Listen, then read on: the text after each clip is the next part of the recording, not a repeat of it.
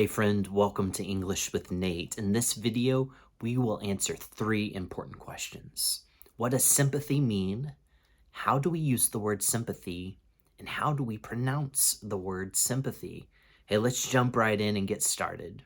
The word sympathy is a noun, and it actually has 2 different definitions. The first definition is feeling sorrow or compassion when someone faces a difficult situation.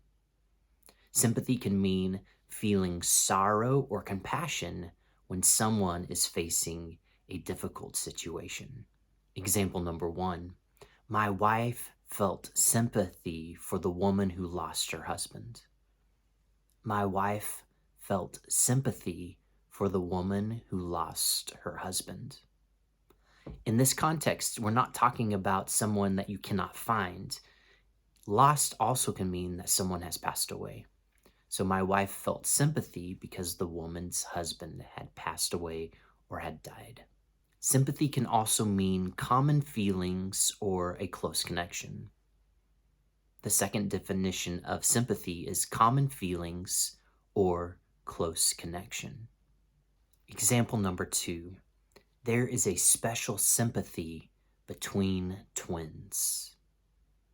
There is a special sympathy between twins. That means that there's a special closeness, a connectedness between 2 babies who are twins. Let's practice pronouncing the word sympathy together.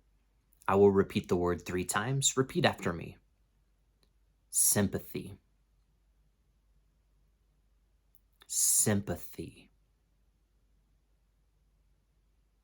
Sympathy.